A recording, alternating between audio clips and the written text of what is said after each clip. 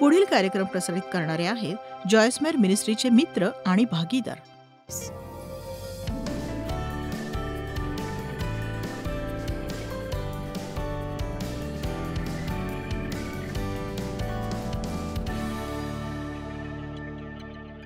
आज मी तुम्हाला एक वचन सांगणार आहे. खरं तर 2 आहेत. ती आहेत रोमकरास अध्याय 14-12 आणि योहान अध्याय 3 वचन 18.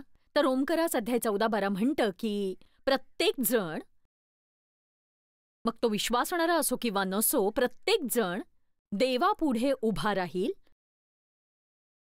आणि उत्तर देईल, आपल्या जीवनाचा हिशोब देईल, न्यायाचा दिवस येईल तेव्हा. आणि मी हे त्या लोकांसाठी सांगते जे टीव्हीवरून हा कार्यक्रम पाहतायत, ज्यांनी येशूला आपलं जीवन दिलेलं नाहीये. एके दिवशी तुम्हाला त्याचा सामना करावाच लागणार आहे. मग तुम्हाला तो खरा वाटो किंवा न वाटो, मी सांगते तो खरा आहे. मी तुमच्या ठिकाणी उभं राहून हा विचार मांडतेय. समजा मी चूक असेन, जर मी म्हटलं की देव आहे आणि माझं सगळं जीवन देवाच्या गोष्टी करण्यात मी घालवलं आणि जीवनाच्या शेवटी आल्यावर माझ्या लक्षात आलं, उप्स, देव नाहीये, तर माझं काही फारसं नुकसान नाही होत. मी मस्त जीवन जगते ना. पण जेव्हा तुम्हाला वाटतं की देव नाहीच आहे आणि तुम्ही त्याची सेवा करत नाही आणि जीवनाच्या शेवटी येता आणि उप्स, देव तर आहे,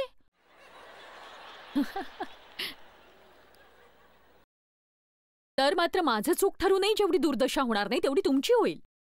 आमेन.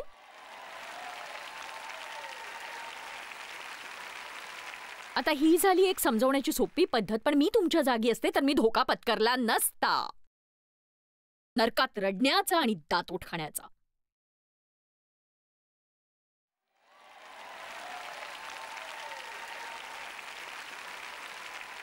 मला माहितीये नरकाविषयी बोलायला कोणालाच आवडत नाही, पण एक गोष्ट सांगू तुम्हाला, देवच नरकाविषयी बोललाय म्हणजे प्रभू येशू स्वर्गापेक्षा नरकाविषयी जास्त बोललाय. हो, तुम्हाला माहित नव्हतं? हो ना? हो, तो नरकाविषयीच बोललाय.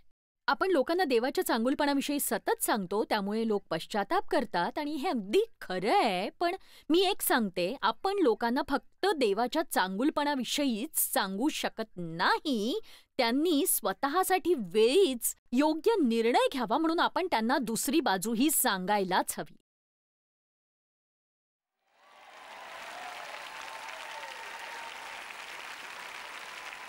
बघा, मी जर म्हटलं असतं की देव सगळ्यांवर प्रीती करतो, तो दयाळू आहे, क्षमाशील आहे, करुणामय आहे, तर तुम्ही जोरदार टाळ्या वाजवल्या असत्या, अगदी जोरात.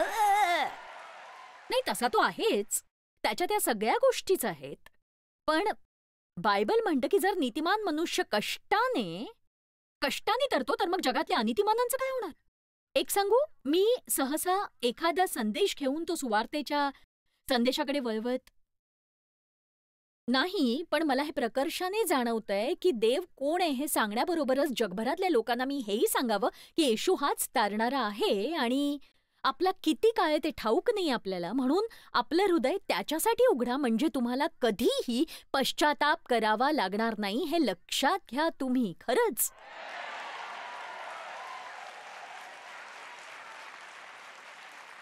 मला कल्पना नाही की मी देवाशिवाय खरंच काय केलं असतं. आता बघा, शुभवार्ता योहान अध्याय 3 वचन 18 मध्ये ज्या लोकांचं तारण झालं आहे, ज्यांनी ख्रिस्ताला तारणारा म्हणून स्वीकारलंय, बायबल म्हणतं जो त्याच्यावर विश्वास ठेवितो. किती जण त्याच्यावर विश्वास ठेवतात? अद्भुत.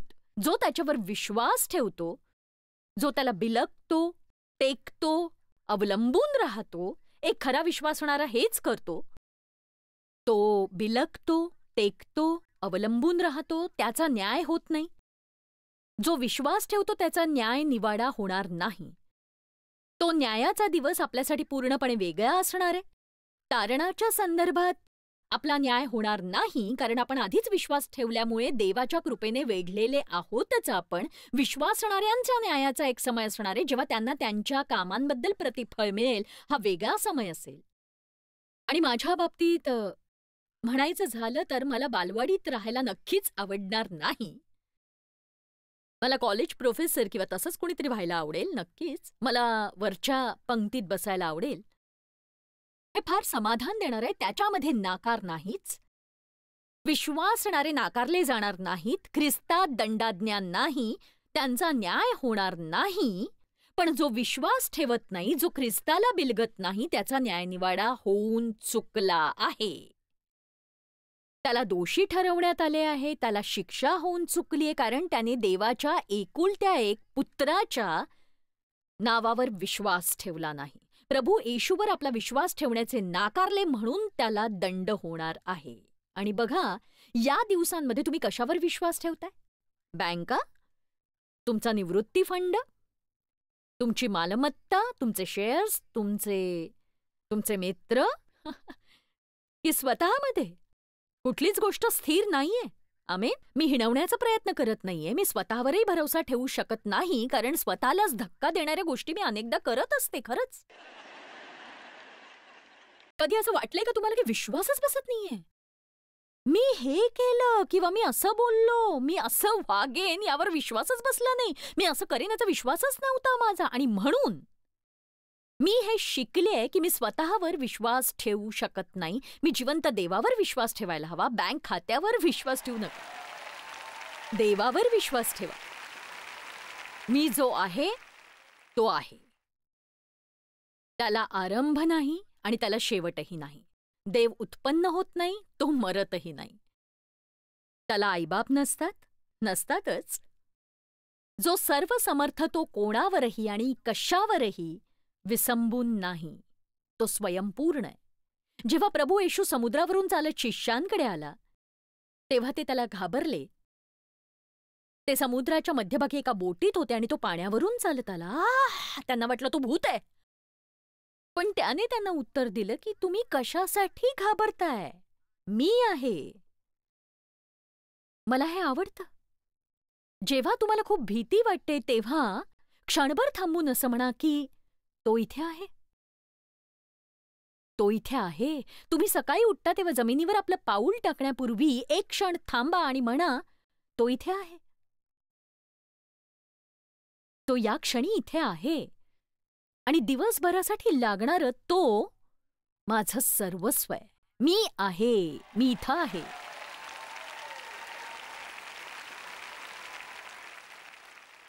तुम्ही काय करायला हवं किंवा काय करू नये यावरचा संदेश मी तुम्हाला देणार नाहीये. नक्कीच नाही. तो विषय चांगला आहे, पण तो पुन्हा कधीतरी बोलूया.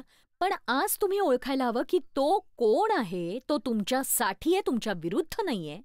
तो प्रीतीपूर्ण आहे आणि तुमच्यासाठी तो उत्तम तेच करतो. तुमच्या जीवनात जे बिघडले ते नीट करण्यात त्याला आनंद आहे. नक्कीच. बायबल म्हणतं की सगळं काही त्याच्यामध्ये आहे आणि सगळं काही त्याच्याद्वारे आहे. या विचका झालेल्या जगाला देवाशिवाय कोण एकत्र ठेवू शकतं बरं? मला तर वाटतं की तणावामुळे हे जग कधीही विखरू शकतं, पण देवाने सगळं काही एकत्र बांधून ठेवलंय. सूर्याला आकाशात कोणी ठेवलंय? सूर्याला खाली पडून सगळं भस्म करण्यापासून कोणी अडवलंय? त्याला अतितप्त होण्यापासून आणि आग ओकून आपल्याला भाजून काढण्यापासून कोणी अडवलंय? जरा विचार करा यावर.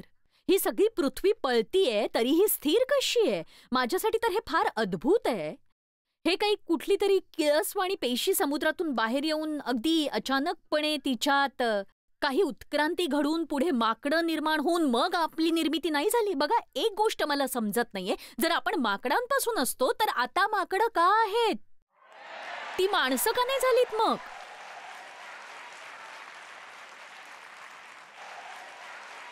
म्हणजे काही माकडांची उत्क्रांती मध्येच का थांबली? आणि जर तसं असेल तर ते चिडले असतील. बघा, ख्रिस्ती असण्यापेक्षा नास्तिकपणासाठी जास्त विश्वास लागतो. निदान मला तरी यासाठी जास्त विश्वास हवा. मी अगदी मनापासून सांगते, प्रभूजवळ जाऊन म्हणा की पवित्र आत्म्याबद्दल धन्यवाद प्रभूजी, तुझ्या प्रीतीबद्दल आणि तुझ्या क्षमेबद्दल आणि मैत्रीबद्दल धन्यवाद. मग विश्वास ठेवू शकता तुम्ही, मला सामर्थ्य देणाऱ्या ख्रिस्ताद्वारे मी सर्व काही करू शकतो. देव स्वतः आपल्या हृदयात न ढळणारी शांती आणतो आणि पुष्कळदा जेव्हा आपण स्वतःच्या समस्या सोडवू शकत नाही तेव्हा तो आपल्याला अशी कृपा पुरवतो की आपण इतरांच्या संकटात त्यांना जाऊन मदत करतो आणि त्यानंतर देव आपल्या जीवनातही हंगाम आणतो आणि तो आपल्या समस्याही सोडवतो. म्हणून स्वतःचा गुंता सोडवण्याचा आटापिटा करणं हा एक मूर्खपणा आहे. मला इब्री अध्याय 1 वचन 3 फार आवडतं. तो आपल्या सामर्थ्याच्या शब्दाने विश्वाधार आहे. विश्वाधार. वाव! बघा, तो विश्वाधार आहे. बघा, गुरुत्वाकर्षणातून हे कळतं. कुठून आलं हे गुरुत्वाकर्षण? एक रशियन अंतराळवीर अंतराळात गेला आणि खिडकीतून बाहेर पाहून आपलं नास्तिक मत मांडत म्हणाला की देव वास्तवात नाहीये, कारण तो दिसतच नाही. पण हाच मनुष्य गुरुत्वाकर्षणावर विश्वास ठेवतो जे दिसत नाही. मला वीजप्रवाह दिसत नाही, पण वीज वापरताना मला जाणीव असते तिची. मला श्वासोश्वासाची प्रक्रिया कळत नाही, पण मी त्याचा अनुभव घेत असते. आमेन. म्हणूनच देव तुम्हाला दिसत नसला तरी आपले डोळे उघडून लहान मुलांसारखा त्याच्यावर विश्वास ठेवायला शिका. म्हणजे सर्वत्र तुम्ही त्याला पाहायला शिकाल. अगदी वसंत ऋतूत मी देवाला पाहते, कारण त्यापूर्वी सगळं उजाड असतं, पानं नसतात, कुठेच जीवनाचा लवलेश दिसत नसतो. आणि अचानकपणे 1-2 आठवड्यात सगळं बदलून जातं. सगळीकडे पानं, फुलं आणि अगदी हिरवगार होतं. हे झालं फक्त निसर्गाविषयी. पण हे सगळं येतं कुठून? तुम्हाला समाधानकारक उत्तरासाठी परमेश्वराकडे जाण्यापासून पर्याय नाही राहत. प्रारंभी देव होता. तो अल्फा आणि ओमेगा आहे, आरंभ आणि शेवट आहे. आणि एक सांगू, आरंभ आणि शेवटामधलं सगळं काही तोच आहे. बायबल म्हणते, ते मला आवडतं, हा देव आपला आहे, तो तुमचा देव आहे, तो आणखी एक देव नाहीये, तोच देव आहे. ज्या देवाविषयी मी बोलते त्याला तुम्ही ओळखता का? या देवाला ओळखण्याविषयी तुम्ही उत्सुक नाही आहात का? ठाऊक नाही, पण या आठवड्यात मी या पृथ्वीवर राहावं म्हणून प्रार्थना करा तुम्ही. मी फार उत्साहित आहे. देव रहस्य आहे, तो कल्पने पलीकडचा आहे. तो दिसत नाही, पण तुम्ही त्याची कृत्य सर्वत्र पाहू शकता. अगदी सर्वत्र. हा देव तांबडा समुद्र दुभंगणार आहे. हा तो देव आहे ज्याने रानात रोज आणि रोज आणि रोज मान्ना पुरवला. स्वर्गातून त्याने भाकर पुरवली. हा तो देव आहे ज्याने 5,000 लोकांना खाऊ घातलं. जॉयस्मर मिनिस्ट्रीची सगळी बिलं सातत्याने फेडली जातात, तेव्हा मी देवाकडे पाहते. त्या रकमा मला मोजता येणार नाही तशा असतात. जे मी करते ते कसं करते याची मला कल्पना नाही. त्यामुळे मी म्हणू शकते की हे देवामुळे आहे. देवाशिवाय या गोष्टी शक्य नाहीत. नक्कीच. ओरल रॉबर्ट्स जे प्रभूकडे गेले आहेत, त्यांनी एक संदेश दिला आणि काही वर्षांपूर्वी एक पुस्तक लिहिलं, डोंट गिव्ह अप. हे पुस्तक वाचा तुम्ही. त्यांनी आगीच्या भट्टीत असलेल्या 4थ्या मनुष्याविषयी लिहिलं. जर तुम्हाला दानिएलाचं पुस्तक माहीत असेल तर तुम्हाला कळेल की दानिएलाला आगीच्या भट्टीत टाकण्यात आलं. माफ करा, शद्रक, मेशक आणि अबेदनेगो यांना आगीच्या भट्टीत टाकण्यात आलं होतं, कारण त्यांनी राजाची उपासना करण्याचं नाकारलं होतं. देवाने फक्त त्याचीच उपासना करायला सांगितली, इतर कशाचीही नव्हे. पण त्या राजाने हुकूम दिला की जर तुम्ही माझ्याऐवजी तुमच्या देवाची उपासना केली तर मी तुम्हाला आगीच्या भट्टीत फेकून देईन. त्यांनी राजापुढे झुकायला नकार दिला आणि त्यांना आगीच्या भट्टीत टाकण्यात आलं. बायबल असं म्हणतं की त्याने आगीची तीव्रता आधीपेक्षा 7 पटीने अधिक केली. ही गोष्ट मला अधिक रोचक वाटते, कारण त्यांनी योग्य निर्णय घेऊन तडजोड करणं नाकारलं होतं. बऱ्याचदा आपणही तसंच करत असतो. तुम्हाला वाटतं भट्टीची आग अधिक वाढत चाललीये आणि तुम्ही म्हणता मला तर यातलं काही कळत नाहीये, मी योग्य ते केलं आणि त्याचे परिणाम बघा. पुष्कळ वर्षांपूर्वी जेव्हा मला वाटलं की देव मला पाचारण करतोय, मला पूर्णवेळ नोकरी होती आणि देवलाही पूर्णवेळ नोकरी होती, त्यामुळे पैशांची कमतरता नव्हती.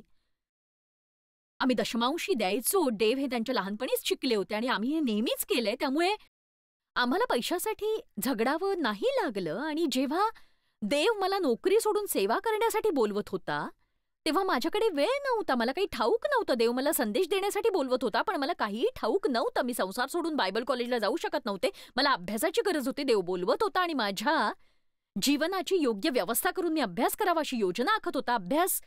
अभ्यास करताना मला आढळून आलं की आपल्या प्रत्येक समस्येचं उत्तर हे देवाच्या वचनात दडलेलं आहे. आणि सखोल अभ्यासासाठी मला वेळ हवा होता. मला जाणवलं की देव मला नोकरी सोडायला सांगतोय, पण मी आज्ञापालन केलं नाही, तर मी अर्पण केलं. म्हणजे मी माझी नोकरी सोडली आणि अर्धवेळ नोकरी धरली. आता जेव्हा मी मागे वळून पाहते तेव्हा सगळं गमतीशीर वाटतं, कारण मी अपूर्ण आज्ञापालन केलं होतं. अर्धवट आज्ञापालन, सोयीचं आज्ञापालन. पण एक सांगू का, देव अशा गोष्टींनी कधीच संतुष्ट होत नाही. मी एक चांगली कर्मचारी होते, मी कष्टाळू होते, मला पदोन्नती मिळायची, सगळ्यांना मी आवडायचेही. मी अर्धवेळ नोकरी धरली आणि मला काढून टाकण्यात आलं. अनपेक्षितपणे वाईटच घडत होतं, म्हणजे मी ज्या गोष्टीला हात लावायचे ती तुटून जायची. मी हिशोबाची मशीन तोडून टाकली आणि बघा, ते सगळं एका एका दुःस्वप्नासारखंच होतं. पण फार काळ गेला नाही आणि मला समजलं की मी नोकरी करू नये अशी देवाची इच्छा आहे.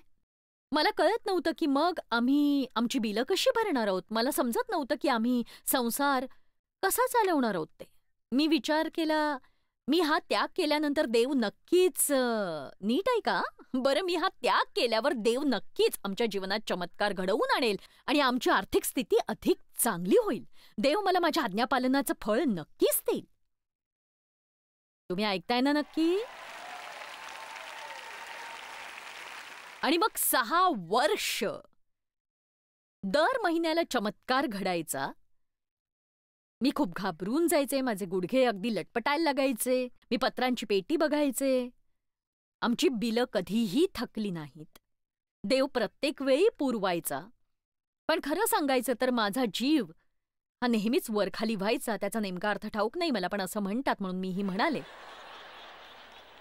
थोडक्यात मी फार घाबरलेली असायचे. मी आमच्या मुलांसाठी कपडे आणि गृहोपयोगी वस्तू सेलमधून विकत घेतल्या आणि मी कुपनची राणी बनले असं म्हणूच शकतो आपण. म्हणजेच मी माझी प्रत्येक खरेदी कुपनवरच करायचे आणि खरं सांगायचं तर प्रत्येक वेळी पुरेसं नसण्याचा मला खरंच कंटाळा आला होता आणि मी म्हणायचे, का प्रभू, का मला समजत नाही. तू जे सांगितलंस ते मी केलं आणि आमची स्थिती पूर्वीपेक्षाही अधिक वाईट झालेली आहे. संदर्भ कळला कुणाला?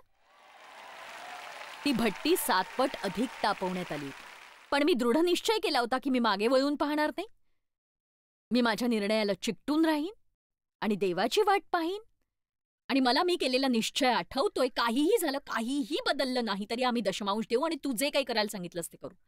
आणि मग कालांतराने हळूहळू परिस्थिती बदलली. बघा, ती आगीची भट्टी आधीपेक्षा 7 पट जास्त तापवली गेली होती. जेव्हा राजाने भट्टीत पाहिलं आणि तो म्हणाला की आपण भट्टीत 3घांना टाकलं होतं, तेव्हा ते बांधलेले होते, पूर्ण बांधलेले. पण आता मला 4 जण दिसतायत आणि तेही मोकळे दिसतायत. आणि हा भाग मला आवडतो. भट्टीमध्ये ते त्यांच्या बंधनातून खरं तर सुटले होते. चला आता, तुम्ही ऐकताय का मी काय म्हणतेय? ते भट्टीत असताना त्यांच्या बंधनातून मुक्त झाले होते. पण मग तो चौथा मनुष्य कोण होता? अहो, तो येशू होता. तर ओरल रॉबर्टनी काय केलं? त्यांनी एक फार महत्वाची गोष्ट केली. म्हणजे प्रत्येक पुस्तकातून त्यांनी ख्रिस्त प्रकट केला आणि त्यांनी प्रत्येक पुस्तकाचा अभ्यास केला आणि बायबलमधल्या प्रत्येक पुस्तकातला ख्रिस्त त्यांनी मांडला.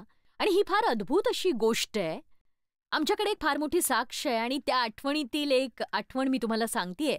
ती एका यहुदी माणसाची साक्ष आहे, जो पुस्तकांच्या दुकानात गेला आणि त्याने तिथलं पुस्तकांचं टेबल खटखटवलं आणि तिथल्या पुस्तकांमधून त्याने माझं एक पुस्तक निवडलं आणि छद्मी हास्य करून त्याने ते उघडलं. आणि जे पान त्याने उघडलं तिथे असं लिहिलं होतं की जर आज तुम्ही हे पुस्तक वाचत असाल, ते यामुळेच की देव तुमच्यावर प्रीती करतो आणि त्याची तुमच्यासाठी एक योजना आहे. आणि त्यांनी ते हे पुस्तक गुपचूप घरी नेलं आणि लपवलं, कारण त्यांच्या यहुदी पत्नीला त्याचा वास त्यांना लागू द्यायचा नव्हता. ते पुस्तक वाचू लागले, ते त्यांना आवडलं. पण एक गोष्ट त्यांच्या लक्षात आली की मी विस्तारित बायबल सतत वापरले आणि मग त्यांनी जाऊन एक विस्तारित बायबल घेतलं आणि ते घरात लपून छपून वाचायला लागले.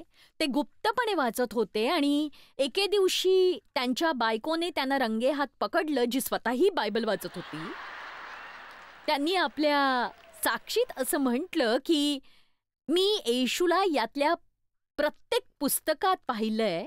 प्रत्येक पुस्तकात ज्या मसीहाची आम्ही वाट पाहतोय तो यात आहे.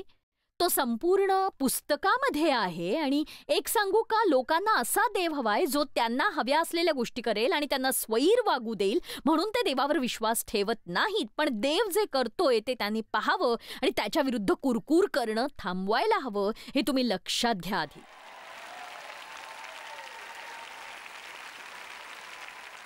बघा, जेव्हा मी सकाळी उठले तेव्हा मला डोकेदुखीचा त्रास होत होता आणि अशा वेळी तुम्हाला तक्रार करावीशी वाटते, पण मी म्हटलं की 1 मिनिट थांबू, चालून बघू. जर असं चालूया, आपल्याजवळ जे असतं त्याबद्दल आपण धन्यवाद मानायला हवे. नेहमी कुरकुर करता कामा नये, कारण आपल्याकडे जे नाही त्यापेक्षा जे आहे ते खूप महान आहे, हे लक्षात घ्या तुम्ही.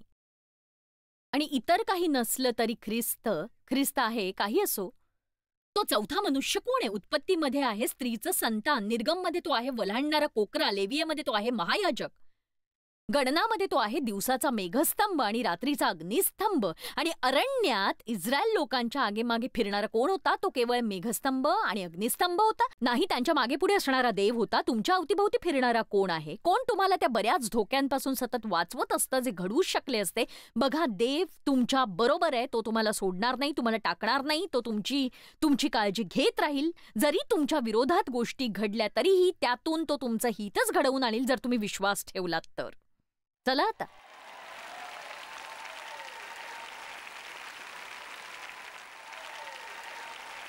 स्तोत्रामध्ये तो आमचा मेंढपाळ आहे, नीतिसूत्र आणि उपदेशकात तो आमचं ज्ञान आहे, गीतरत्नामध्ये तो आमचा प्रियकर, आमचा वर आहे, यशयामध्ये तो शांतीचा राजकुमार आहे, इर्मयामध्ये तो आमची धार्मिकता आहे.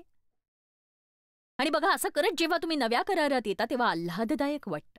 मत्तयामध्ये तो मसीहा आहे, मार्कात तो अद्भुते करणारा आहे, लुकामध्ये तो मनुष्याचा पुत्र आहे, योहानामध्ये तो देवाचा पुत्र आहे, प्रेषितांमध्ये तो पवित्र आत्मा आहे, रोमकरासमध्ये तो आमचं नीतिमत्व आहे, पहिल्या आणि दुसऱ्या करिंथमध्ये तो देवाची सर्वोच्च प्रीती आहे, गलतीकरांसमध्ये तो नियमशास्त्राच्या शापातून सोडवणारा आहे, इफिसकरांसमध्ये तो अतर्क्य संपत्तीचा ख्रिस्त आहे, फिलिप्पेकरांसमध्ये तो आपल्या सगळ्या गरजा भागवणारा देव आहे, कलस्सेकरांसमध्ये तो देवाची सदेह वास करणारी पूर्णता आहे, पहिल्या आणि दुसऱ्या थेसलोनिकरांसमध्ये तो लवकर येणारा राजा आहे, आणि पहिल्या आणि दुसऱ्या तिमोथीत तो देव आणि मनुष्य यामधला मध्यस्थ आहे, तीतामध्ये तो विश्वासू वडील आहे, फिलेमोनमध्ये तो भावापेक्षा बिलगून राहणारा मित्र आहे. आणखी थोडे बाकी आहेत, ऐकू शकाल तुम्ही?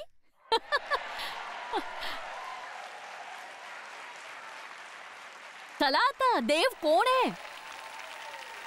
ज्याची आपण सेवा करतो तो कोण आहे?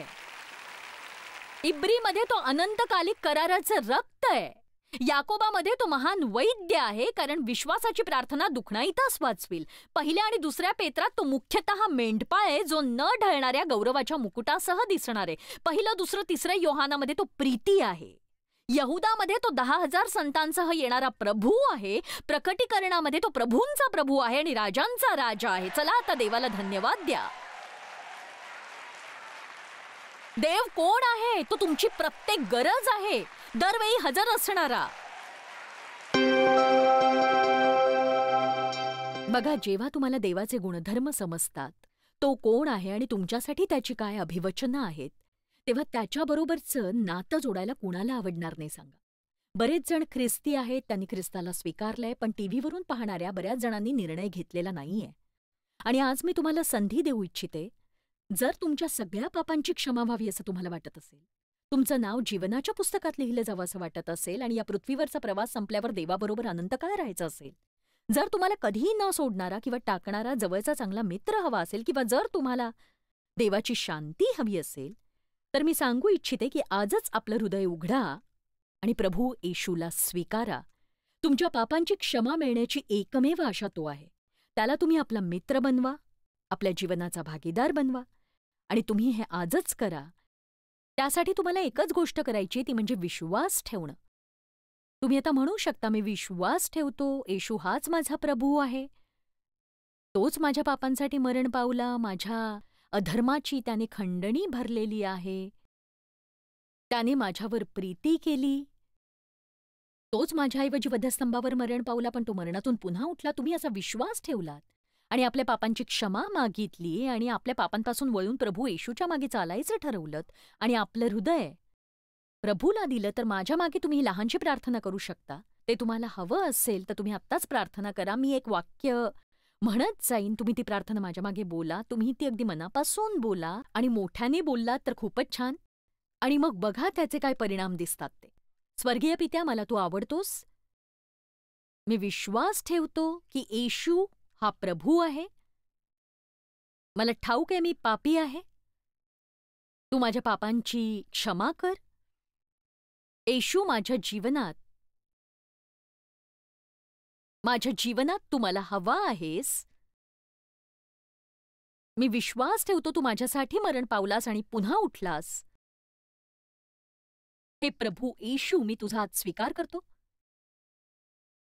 मी जसा आहे तसाच स्वीकारल्याबद्दल धन्यवाद. तू माझी क्षमा केली आहेस. तू तू मला नवीन जीवन दिलंस म्हणून धन्यवाद. धन्यवाद प्रभू, येशूच्या नावाने. आमेन.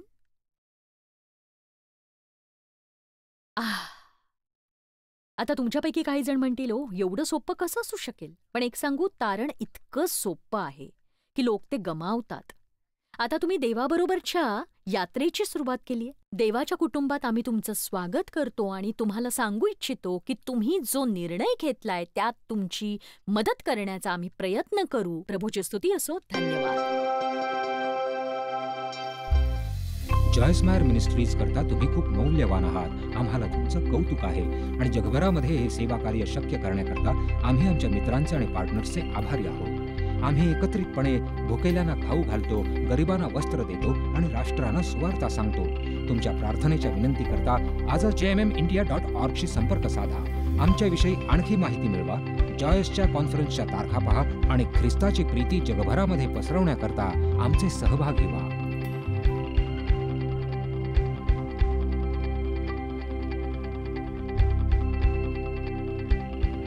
याचा सर्व खर्च जॉयस मायर मिनिस्ट्रीचे मित्र आणि भागीदार करत आहेत.